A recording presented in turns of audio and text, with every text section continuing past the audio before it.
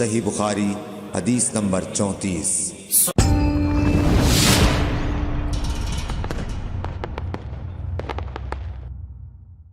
या नबी सलाम अलैका, या रसूल सलाम अलैका, या हबीब सलाम अलैका, सलावतुल्लाह।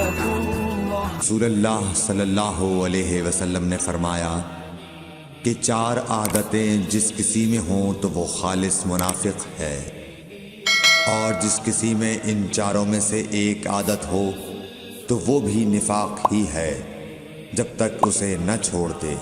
वो ये हैं, जब उसे अमीन बनाया जाए तो अमानत में खयानत करे, और बात करते वक्त झूठ बोले, और जब किसी से अहद करे तो उसे पूरा न करे, और जब किसी से लड़े तो गालियों पर उतर आए। सही बुखारी हदीस नंबर 34।